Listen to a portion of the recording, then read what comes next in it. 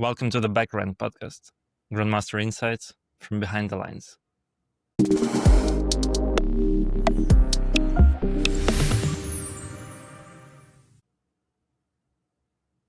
Today, we're talking about chess books. Do they actually help you improve? How should you work with them? And which ones do we recommend? Pasha, what's your opinion on chess books? What's your take? Well, I'm a huge chess literature lover. At least I used to be. It's been a while since I've read a chess book, but back in my childhood and the early years of my career, I read a lot. Thanks to my chess coach, I had a huge library at home. And yeah, I can say that I read most of the old-fashioned classic books that that people talk about and that are on the horizon. So yeah, I'd say that I'm a huge chess literature aficionado, and I really think that books are helpful and enjoyable and interesting to read, and yeah, a good part of our chess life, You're an old-fashioned guy. sort of. What's your take on chess books, Evgeny? I have very mixed feelings. So I think if books are used by the right people and they're used correctly, it could be very helpful. But I also think that there are many misconceptions around it that make people feel bad about themselves and actually hinder their improvement in many ways. And I also think it affected me psychologically in some moments of my career where I felt like I was doing something wrong when in reality I wasn't at all. So I think there are many nuances around this that we could talk about. Absolutely. I think I'm actually on Evgeny's side here because in many ways books helped me improve at chess, but in a certain period of my life, they actually hindered my chess improvement a lot because I was just consuming opening chess opening books like crazy, and this type of chess books is not is not very helpful, I think. Yeah, so certainly there are good and bad books.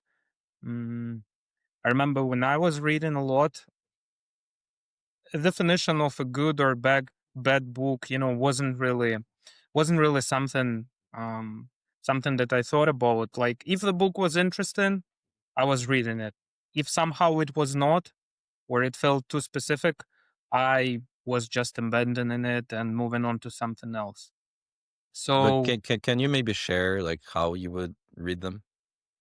um it's actually quite interesting because most of the chess books that I read, I didn't read them, in the proper order, like a fiction book, page by page. I was just opening them randomly on different pages and like exploring whatever was written on those pages until at some point, I figured that everything in a book is already familiar to me, and every game is already familiar to me, every position is familiar, etc., etc. So it was kind of random, and I was also reading many books at the same time sometimes. So it wasn't it wasn't like a structured process of reading this book and then that book and like having a plan of different chess literature to read. It was whatever I could get my hands on, basically. So pretty unstructured, I would say. Yeah, and when you read it, so for some of the listeners who never like looked at a chess book, you basically have some diagrams, pictures of positions. Um, Typically, the more you have of these, the easier it is to read the book. Then you have some moves written in text, just like chess notation, and some explanations to these moves and some context about the tournament, about the game, about the players, and things like that. So I'm curious about that part specifically. Like when you're reading these books, or like were you just kind of like skimming through you know, uh, the games in your mind? Would you like set up a chessboard and look at the moves? Like, would you actually spend a few minutes to like explore different moves, read an explanation, try to understand what that explanation means? Like, how would you actually do it? Yeah, that's a great and interesting question because different people read books differently. So the way I read them was I wasn't I would very rarely set up a chessboard. It was more like if I'm in the mood of, actually moving the pieces and like enjoying the process of moving the pieces, I would do that. But more often than not, I would just skim through the book and skim through the game and the general ideas, and then I may not even get into the details of certain lines. In fact, I preferred books that were not um, over, That didn't contain over any chess popular. moves. Yeah, they didn't contain that many chess moves and like that many specifics of various lines because it was impossible. I felt like it was impossible to understand them all. And it was also kind of boring, just going through line by line. So I wanted to understand the big picture of the game, the key lines. And that's why I'd say that, for example, some of the legendary books written by Gary Kasparov, like my great, I think my great predecessors I actually liked, but his books on his matches against Anatoly Karpov, I kind of hated, to be honest, because they were too complex to my taste and too difficult to read. There were way too many draws in those matches. Way too many draws and also way too many very specific explanations. I always looked at a game of chess. mm, as if it was a story. There is something that's happening in the game. I'm trying to do something, my opponent's trying to do something, and I wanted to see the big picture of every game without I didn't feel the need of diving into the very specific lines and very specific tactical details. So just the main tree of the game and the few important sidelines was good enough for me, and I would move on to another game or something.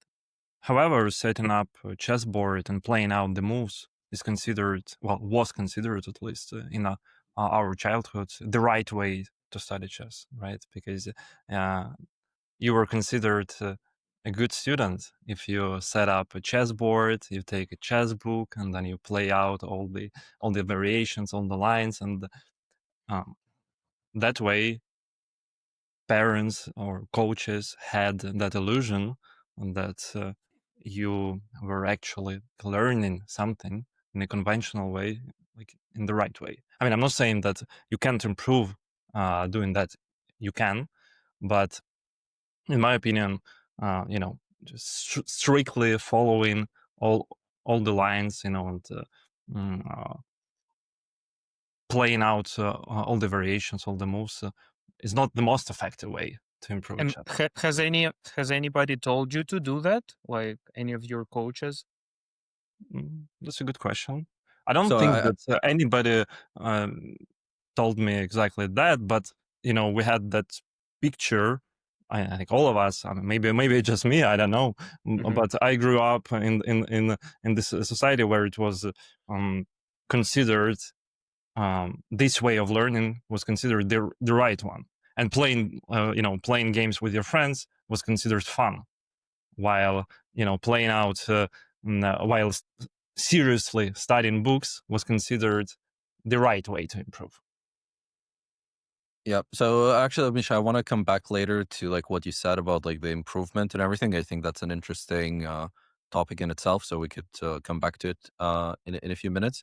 But before that, I'm curious, like Pasha, for you, like when you were growing up and you were thinking about the books, like didn't you have a similar feeling where it's almost like you're supposed to like study in a certain way, like a golden rule, like Misha described, where you have to set up the board and you have to look at the lines, you have to, not look at the moves, like think about the move yourself, then like check yourself and do such things. Like, did you never feel like that Actually, was not at all, not at all. And I was just doing whatever was interesting. So there are some famous books, like let's say Endgame books, written by Mark Dvoretsky, the Endgame manual.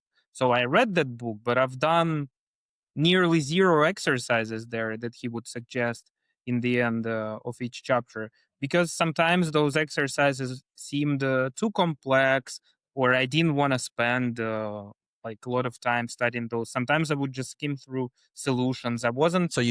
So you didn't feel any guilt by No, doing not that. really, not really. Even though like he was suggesting those exercises and like, okay, now do this exercise in the book.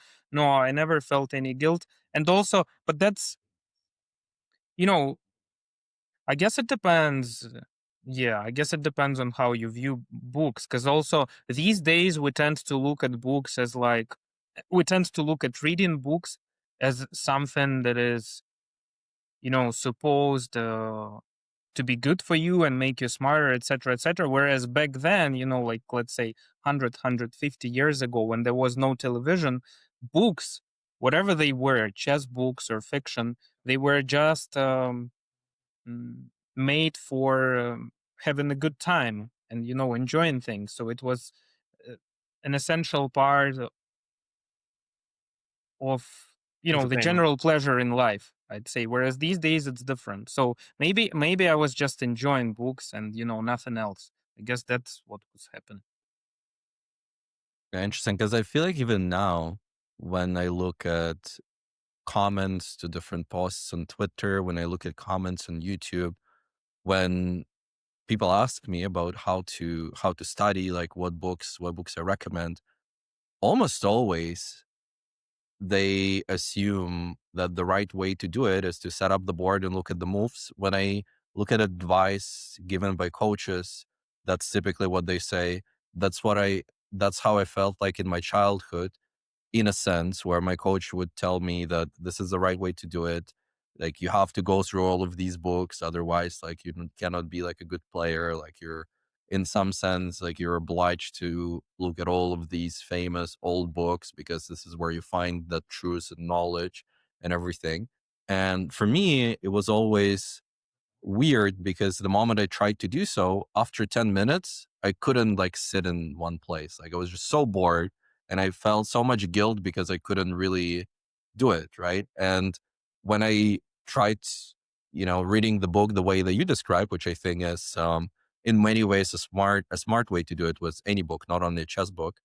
Um, I felt like that was useless because at that moment I kind of like fell for for how my coach and for how, as Misha said, the Hmm. society, the general atmosphere around this question like described how that studying should be. So even though it felt natural to skim through the book, I felt like, okay, this isn't how it's supposed to be because everyone says that it's supposed to be this way. Hmm. And if I'm not paying attention, if I'm not focused, if I'm not setting it up on the board, that means I'm doing something wrong. That means it's useless and things like that. Um, but yeah, I think that affected me in a lot of ways, and even later, I thought, when I obviously started growing up, I saw that that was kind of a miss that I had, that I didn't read any of these books, but I never could because, again, like, few minutes and I would just get bored.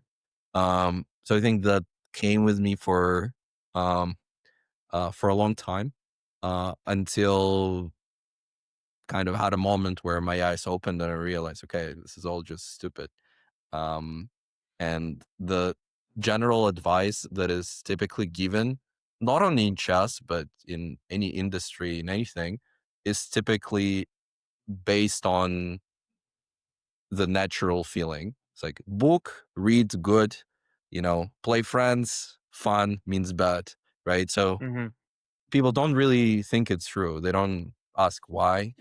And when they even answer the first question, why, it's typically a very generic response, which doesn't contain any meaning in itself. And then if you ask the second question, okay, why is that important? Then that's where the whole system collapses. And I think a lot of the advice in the chess world right now, not only around the books, but around everything, is based on that. Like, okay, think long means better moves, means good for you. Like, think fast means, worse moves means bad for you. So, like, typically the logic is very surface level. Like, not just very surface level. It's like the most surface level it could possibly be. Um, and again, I think in some ways it did affect me growing It's up. very it's very interesting that you describe it that way because I've never thought about it that way.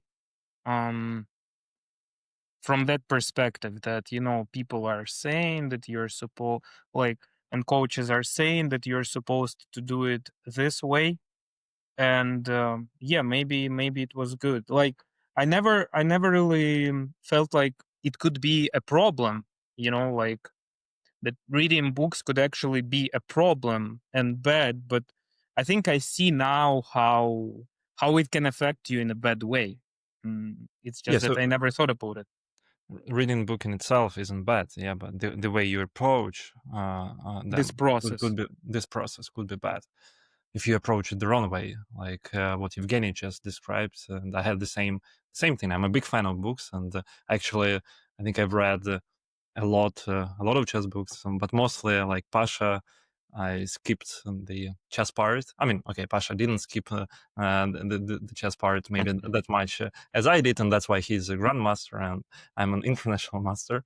But yeah, I mean, I just read the stories, read the biographies of the greatest chess players, and that was of course, I mean, not bad for my chess improvement. Okay, but it wasn't particularly helpful as well. Misha, I would like to come back to the previous point that you made about describing how that conventional approach is used, where you set up the board, you look at the book, you look at the moves, and all of that, and people think that that's the right way to improve. And what people are missing is that one of the most important things for learning is engagement. So like you have to be in that flow state, which is it's not just flow. Like, it really means like a full integration of your body, mind, and attention and everything on a certain thing.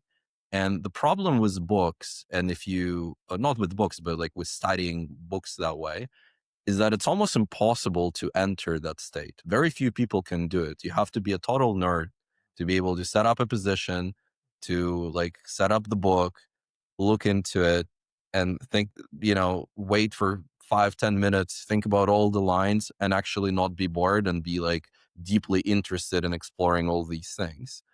Maybe 100 years ago, since there was no other thing to do, maybe that was more engaging for people, but we were living in a quite different times. So I just don't see how most people could really be in that, so-called flow state when they do it.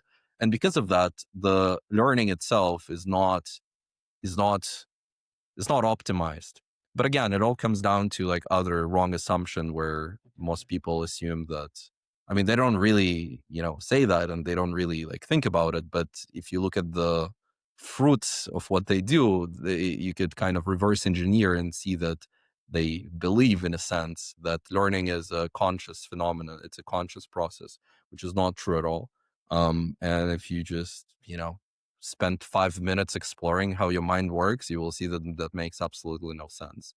And that's where a lot of the confusion comes from, in any type of advice around chess and in other industries as well. Well, in my opinion, chess books can be helpful, but only if used as a supplement. Uh, mm, of course, like if we're talking about the most effective way to improve, you gotta play and you gotta get feedback. Long story short, and reading a book uh, won't help you that much to improve a chess the most effective way. But at the same time, for example, one one big plus of chess books, for example, I'm a big fan of so-called the Black series. It's a famous Soviet chess series Yeah, of Misha, books just one about. second. I was gaslighted into thinking that if you don't read like this Black series, you cannot be like a grandmaster or like a serious player, Oh, or me like as a well, respectable player. me as well, of course. I But I never read any of these, by the way. Not a really, single one. No, you were a bad student. exactly. Yeah, but I actually read quite a lot of books from that series, and well, I think they're great. I just skipped the chess part and I read, the biography part, and in that way, it also helped me in some way to improve at chess because I felt Mhm. r- mm, very relatable. To those greatest players in chess history, and they most chess players have kind of similar stories in their life. I mean, in a way, how they improve at chess, how they start playing chess, and so on and so forth. And in that way, I felt immersed in chess history. Yeah, and it gave me some motivation. And I think it was helpful. Not of course in the way that I started playing better moves immediately, but it kept my motivation level pretty high, and I kept playing. It's all connected though. No, you're right. Like it actually makes you better at chess too. It's like again, chess is such a game. Like your mind is such a complicated thing where just thinking that it's all about the moves is very naive. Like there's so much that goes into it.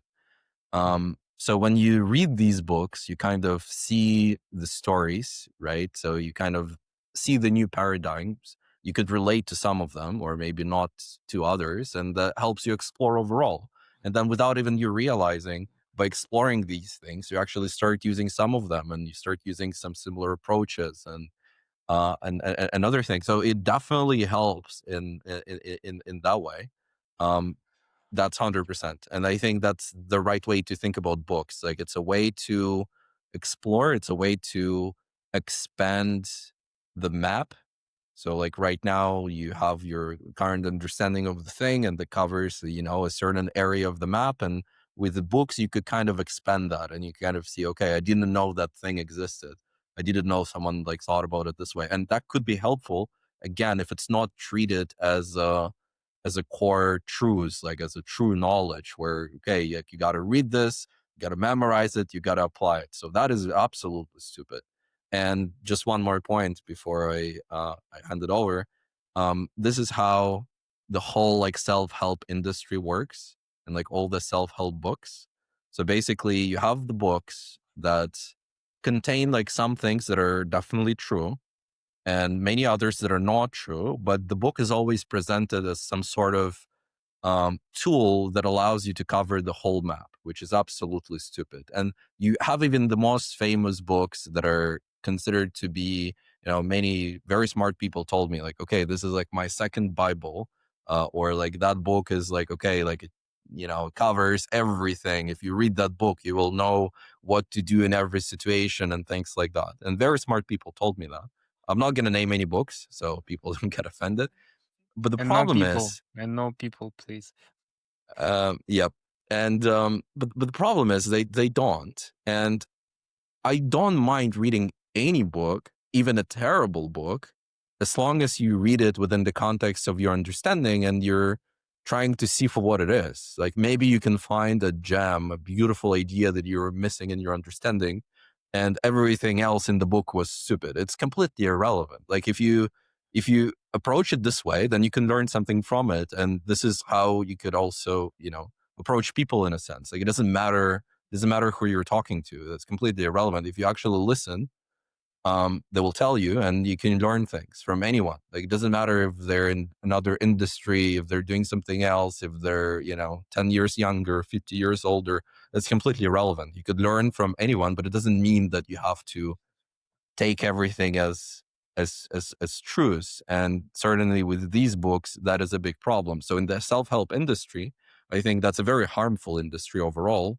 to people's minds, because when a book is promoted in a way where it says that this is basically your second Bible, it covers everything that you need to know how to act in the world, and then people read the book, they try to implement those things. Those things obviously don't work because they don't cover the whole map. New, let's say, corner cases, whatever you want to call it, whatever you want, like pop up in your life, and then it's weird, and then you have these biases because you think like, okay, that book says you should act like this. I try to act like this. It doesn't work. It must be that I'm wrong at doing this. A good example of that is a discipline. So like a discipline is basically described as as that inner self-control, inner self-consistency that you could reinforce by just the willpower of your mind, right? That concept is accepted by almost anyone. Like that is such a mainstream concept now. You see it and hear it everywhere. But then you try something, you start, you get some quick motivation. You're like, okay, I'm in a bad shape, so now I'm gonna start running every morning at 5 a.m. And then you do it for a month. You like force yourself, and then you feel bad and you feel exhausted and you don't like it, but you try to keep going, and you're just ruining your character on so many levels within, and it's terrible. And all of that is because someone, let's say, wrote a book, marketed it a certain way, and people, again, it's not their fault in a sense, I understand, but still, and people consumed it and took it as as a core truth and try to have it in their life as a core truth, and then it all collapses. And that is a big problem, I think, overall. Like I think it affects tens of millions of people every day. And I think in the chess world, I see very similar issues, not only with the books, but with everything. So again, I urge the viewers to be open-minded, to follow what's interesting, and not accepting everything as an author that the author says as a truth, even if their credentials are much higher than yours. Because I hear it all the time where, okay, that guy is a GM, that guy had 10 students that were GMs, that means whatever he says is true. No, that isn't how it works. So be very open-minded, explore, and just follow your interests. Yeah, because Well, I guess, what would be the best way to sell a chess book? Probably it needs to have like some sort of engaging title, like, the universal method of finding the best moves or something like that. You don't, you, if you publish a book, you don't want it to be very general because automatically the audience of people, you don't want to be it very, yeah, like general or specific. It depends on how you look at things, but, um, you don't want it to be like an autobiography of some player, or like, yeah, you want it to be general. You want it to be like, you want it to well, say that some opening is the best opening ever or something, and that's obviously can never be completely true. thankfully, in the Soviet Union, there was no free market, so people didn't care about making money from chess books. So we have that black series, autobiography books. And yeah, speaking of titles of chess books, well, I think the first opening book I ever read was Boris Avruch's book about the The opening D4 opening D4. repertoire. I Exactly, also yeah. had it. And the title was, I mean, not the title, but like the thumbnail was "Tired of Bad Positions," and I think it was a great marketing because I was tired of bad positions, Hmm. and thus I thought, okay, I mean, yes, I'm tired of bad positions, so let's read that one. And but to be fair, I think that was a great book, and I think it was revolutionary in some way because. He actually, I mean, Boris Avruch did a great job at analyzing the lines. And back then, the engines weren't that strong, and you actually had to analyze, a little bit with your hands. Yeah. And let me just also clarify something. I don't think that marketing is bad. Like, of course, you want to sell your book and everything, but that's not like, even in the book, things are asserted very often as the truth, very often. And when you hear a So it's not just grandmaster, marketing; people actually believe in it, in what they're exactly, writing. That's what. exactly. And that's a problem. So they believe they know the truth and they think that they share it. The marketing part is kind of irrelevant. Yeah, like you need to get the attention. But a lot of people, in not only in chess, but in all industries, in the self-help industry, the worst, they think that they know the truth, but they don't. And that's a really important thing to understand. They might be right about certain things, but very likely that they're wrong about the vast majority of like most things, let's say, because it's very difficult to actually be correct about something, because everything is very complicated in this world, and it requires very deep analysis to get to the bottom of it. So what I urge again our listeners to do is be open-minded. Doesn't matter. You may not like the guy, but let's say he is in, the title of the book is interesting or whatever, like the field that he's covering is interesting. Explore it with an open mind, and don't don't trust, verify. Like, try to get to the bottom of it yourself, and don't try to implement things that you don't understand. Or even if you implement something, think of it more like an experiment, as we suggested with Bullet before. um think of it as, just basically trying something out, seeing if it works, and then leaving it to yourself, or giving it away. That's a very good approach, because again, it helps you explore, right? So like, someone took the time, they distilled everything into like a few hundred pages. So most likely there is some truth to that. So, but again, your approach really, really matters. So even in chess, there are some legendary books like My System, for example, written by Aaron Nimzowitsch. I don't remember. I think it was written sometime in 1920s, maybe 1930s. So it's about 100 years old. Obviously, a lot of the concepts that he talked about are outdated, and we don't use them these days because, yeah, like the game of chess has evolved significantly. However, he was already a very strong player, even by the modern standards. And also, at the same time, he was one of the best players in the world at that time. He was playing with Capablanca, Alekhine, the legendary world champions, whose games we admire even today. And he was, proven himself quite a strong player among those guys. So the view that he shares in his book is probably, somewhat relevant. Obviously, like a lot of the things are, um, how to say, like not counterintuitive, but we don't look at chess this way today. But you can still see his point of view, and also explore a little bit the evolution of the game, how people looked at chess back then. Because back then, today we have an engine that can tell us the best move, or supposedly the best move. Back then, this was the clash of minds. Sometimes people would disagree on what would be the best move in the position, and they would have to prove their point in the actual game, and they were like coming up with completely different concepts of chess sometimes, and of approach in different positions, and that alone is interesting. That mind battle. Well, that book, Pasha, that you just mentioned, My System by Nimzowitsch, is oftentimes considered as this second Bible, yeah, in chess. And in many posts on Reddit, I see that people recommend that book, but I wouldn't.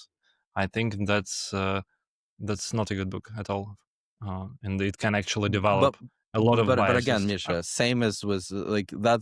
That is very important. I don't think it matters whether the book is good or bad. Like, what matters is your approach. You could learn so many wrong things, and you could develop so many biases from reading a good book. So that's, in my opinion, it's completely irrelevant whether you're reading a good book or a bad book. What matters is the approach that you're using. I, Because I again, So understand. I absolutely, understand what Misha's saying. but yeah, coming back to that Black Series, and by the way, why is it called the Black Series? Because those books had like the black cover, and mhm. their official name is like the greatest players in chess history, or something like that. Well, anyways, but for example, one of my favorite books from that series is about Akiba Rubinstein, by Razovaev, I think, and I don't really see how you can develop many bad biases from that book, because it's just biography, Yeah. biography about the player and his games with analysis. Of course, the analysis was made like 50 years ago, and many lines are not that sound by modern engine standards. But well, I mean. Mm, it's not stated in that book that you should trade down uh, when you up in material. or something like that. It's not like a Why? manual, right? It's just Yeah, like a collection of games. Whereas Nimzowitsch in his book, he's actually like sharing the approach that you are supposed to follow. And in that sense, I agree that his book can be more dangerous if you just, if you listen to everything that he's saying, because he's not just letting you explore things, and he's not just showing you things in that book. He's actually like trying to prove the point. But at the same time, he's doing it he's doing some of the things quite well with a very like engaging language that I still use to this day. Like sometimes I remember one of the things that he mentioned. Obviously, you shouldn't like follow all the rules, but his explanations sometimes were damn good. I remember he would say like, "You absolutely need to block this pawn with your knight, because if your opponent pushes this pawn, it will reveal all the energy of all of their pieces that are behind that pawn." And the language that he used was so beautiful and so engaging that you would automatically believe everything that he says. That's a um very good explanation, by the way. yeah, I remember one of my students told me during one of our lessons, actually a long time ago, 5 years ago or so. We were talking about something, some position, and he was asking me questions, and I was answering them. Like, I think it was related to some middle game where the knight was dominating the bishop or something like that.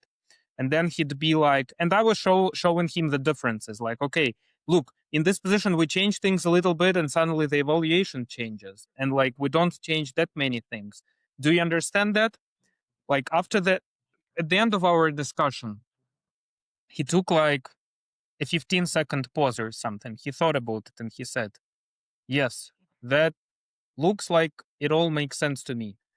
However, I can tell you that you sound so convincing that had you had you proved something contrary, I probably would have believed you too."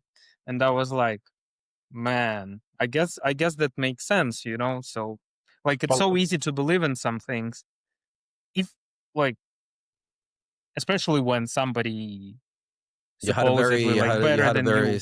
You had a very smart student. Oh, he was yeah, he's extremely smart. He's an AI researcher, and yeah, he's having a very good career right now in one of the biggest AI labs in America. Nice. So Because very yeah, sorry, go like the ahead. lessons with that guy were the most, I'd say, the most challenging for me. Not in the sense that they were unpleasant, but every lesson that we had was like an intellectual exercise for me. There are some lessons where like I'm just sharing things and just doing a lecture, but those lessons with him were like a discussion every time, and a very good discussion, a very interesting one. yeah, and that's actually great when your student is disagreeable. And I think those are the most productive lessons ever. I love it when my student disagrees with me. When I was a kid, I did that all the time. I mean, it's a whole different story, but yeah, I mean, if you guys, I mean, to our listeners, if you guys take lessons, please disagree with your coach. And doesn't matter if you're right or wrong, but that will help you to get to the truth. And Yeah, not you know, just you, it also helps your coach get better. So those kinds of lessons are productive for both the student and the coach. yeah, and that also shows a lot about the coach. If the coach gets defensive, okay, you know what to do. Um, But now, Misha, since you started describing this, I remembered something from my childhood is that my coach always made fun of me because of that. So we would discuss something and he would say like, this is correct. I would say, no, this is correct. And then he would be like, okay, prove it. Let's play. He would beat me. And he's like, okay, so what? I'm like, no, this is still correct. It's just like, I suck at chess and you're better. But I still think that like, this is correct. And like, we would always like disagree on most things, and I think that's cool. And also the interesting point about that student of yours who said that you could pretty much tell him anything and he would kind of have to agree. It makes a lot of sense because if you think about it, well, let me just give you an analogy. So let's say you're a 1,000 player and you're playing a game versus like a 2,000 player or versus like a grandmaster. there's absolutely no way how you could feel the difference because your understanding isn't high enough, like isn't good enough to see what the difference is. So when you take someone in any field, right, who is really good at it, and you take another person who is not, you can kind of convince them of anything. And this is very important, point to our previous discussion. And that's the problem with these self-help books because they're damn convincing. A lot of the things are very, very convincing. So you have to dig very deep to understand why they're not true. And most people aren't really capable of getting to it on their own. And that's why what I preach is this approach of thinking about things from the first principles, which means the funny thing, it means exactly the opposite of what people think it means. It actually means building something from ground up. So from zero to one. Typically, when people think of first principles, what they do is that they reverse engineer. They take a phenomenon, they see something, and then they reverse engineer, and then they get to the bottom, and they think, okay, this is the bottom. This is how you do it from the first principles. But that's not the right approach for 100 different reasons. So again, not going to go too deep into this. But the point is, you kind of have to start at the bottom and then build from there up. And that's a very difficult skill to do. And because of that, I think the self-help industry is so harmful because people aren't really capable of doing that because they were never taught to think that way, and they don't have the tools to basically disarm whatever thing they're fed, right? And that kind of makes it very convincing and makes them believe things that are not actually true. Well, in that sense, that book, My System, is even more dangerous because of that beautiful language Nimzowitsch used.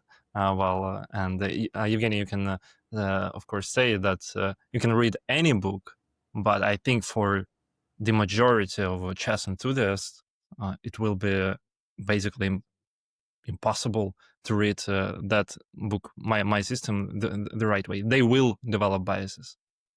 While there are still books, for example, I was a big fan when I was a kid. I was a big fan of Endgame studies books. So basically, just a collection of um, of puzzles. I mean, not really puzzles. They're called chess studies. Usually, it's an endgame position where the solution is a very beautiful and complicated line. It's mostly for advanced players, and I love that. So that I absolutely loved. I was a big fan of solving those complicated positions, and I don't see how, for example, those books, I mean, collection of chess positions, can actually develop any harmful biases.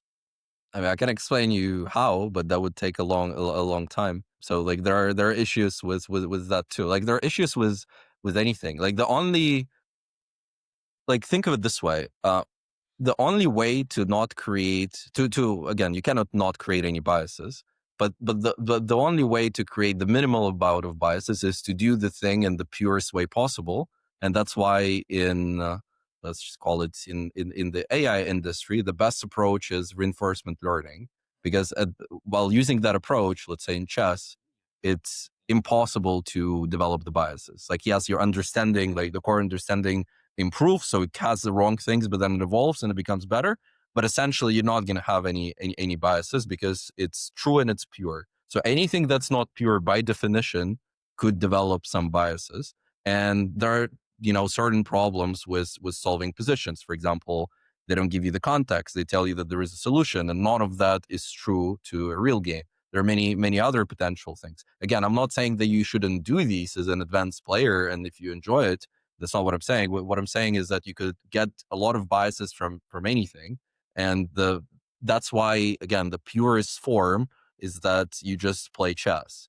Again, no shortcuts, but there are also other issues around it that are not related to biases that people might have. So again, it's a very complicated and nuanced and nuanced thing. And I think the most important part about our conversation is just it doesn't matter the book. Obviously, you should prefer the good books over the bad ones, but it's all about the approach. It's the way you approach things, and that's what matters. So being with an open mind, not taking the convincing arguments as true by definition, And think back to Pasha's example, where again, if you're just much better, if you're an expert in something and someone is not, you can convince them of anything, right? And it could be totally, totally made up.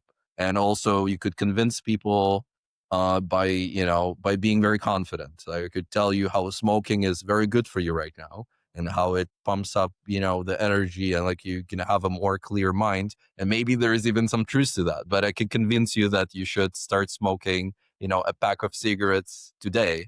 So again, you have to be very, very open minded, and think of books as exploration, like as a tool for exploration. There's no such thing as you have to read chess books to get better. That's not true.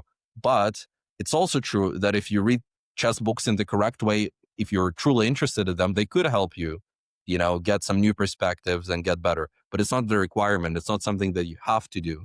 And that's where I think a lot of players have guilt. Literally most of the students that I've ever had, which is hundreds of people over many years, they would say like, okay, I never really studied seriously. I never would like, really like opened up the book and did all these things. So they immediately start downplaying their playing experience, and they think like, oh, I didn't actually learn the right way. So again, it all is interconnected.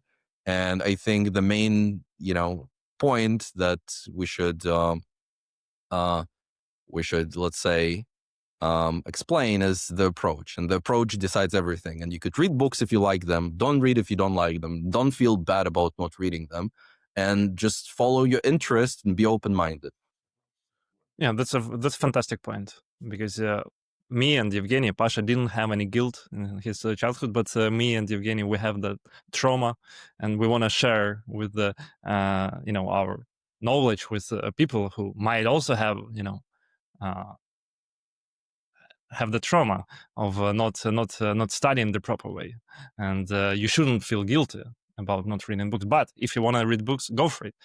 Just one more thing that I wanted to add is that that shouldn't be your core way of training. I mean, of course, if you love reading books, you can do only that, but don't expect to get better at chess Mm-hmm. if you only read books. It's a Yeah. great supplement, but it's not a magic pill. You gotta play, and you gotta get the feedback, and only that way you can improve most effectively. Very Yeah. beautifully put. Yeah. So if you want to improve at chess and are looking for a book that can help you do that, there is no such book. And that's the reality of life. If you are interested in reading some chess literature, um, that's a good thing. Like personally, I would just suggest to focus on I wouldn't suggest to focus on overly specific literature related to some openings. In fact, I think it's quite a bad idea, and I think that that alone is specifically harmful. I'd suggest again reading whatever is more general, whatever discusses a variety of different games, different tournaments, different structures, different plans, etc., so that you can explore the game more, view the game from different angles, explore different positions, etc., etc. So again, the Black Series is good. Soviet middle game technique is good. The the general literature, I'd say, the 1953 candidates tournament is good, though I didn't like that book actually for some reason. I think to my taste, it was very. I just didn't like the language in how it was written, and It's probably very that's why I boring. didn't like it. It was just very boring. So a lot of people praise that book, and a lot of people say that this is like the best book ever. I was always very surprised by that, and I never actually read that book. And oh, okay, I can admit that I felt a little bit of guilt because everybody was saying that you're supposed to read that book, but Finally, I never got myself still, even though I had that guilt, I never got myself to read in it because it was just way too boring. So I don't well, know. yeah, many our listeners actually wanna know our recommendations. I think about the books that are more quality. Of course, the approach matters, but there's still more quality books and less quality books, right? For sure. So the books that Pasha just mentioned, like the Black series, and also Kasparov, my great um, Prede- predecessors. Exactly, that's predecessors. predecessors. Yeah, that word was almost impossible for me to pronounce. Well, anyways, that one is great. For example, another, speaking of the second Bible, um, the Endgame manual by Dvoretsky is often considered as like this second Bible in the Endgame, but I think it's a very very difficult book for 99% of chess enthusiasts. I don't think that you should read it. And actually, the funny story that and there is a very popular clip of Magnus analyzing the endgame positions, that were taken from another endgame book, 100 endgames you must know, which is, I think, is a great collection of endgame positions. But Magnus didn't know all of them, and he figured out the solution, but he didn't know those positions by heart, which is actually a great example. Is that you can't, even Magnus doesn't learn, doesn't take a list of 100 endgame topics, learn them by heart, and that's how he becomes the strongest Mm. endgame player in chess history. No, he actually figures it out, and yeah.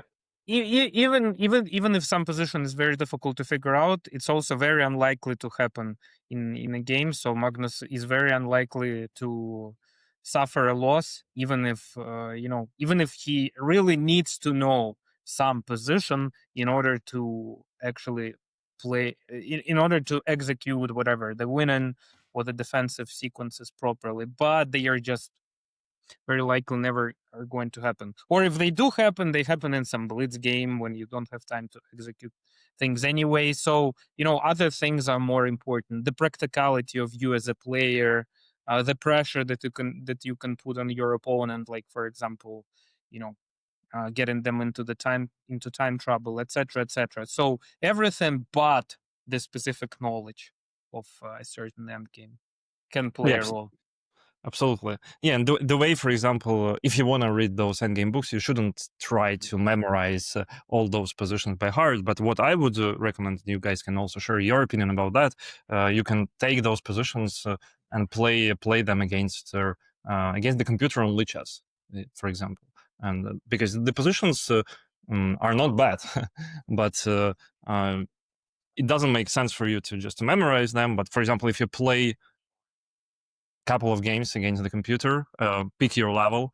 Like you can on chess, for example, you can pick the level from 1 to 8, and yeah, just pick whatever works best for you and play them out. And that way, you will learn about the endgame much more. Yep. Okay, guys. I think that was a very insightful discussion. I think we touched on many topics around this. So next time we can continue exploring further. Absolutely, Yeah, it's a so pleasure. hopefully you guys are not too disappointed that we didn't manage to pick a single book, that covers chess. But yeah, that's the reality of life. So Yeah, once we write one, we'll let you know. Just kidding. It was a pleasure. Give us a like, give us a follow, and see you next time.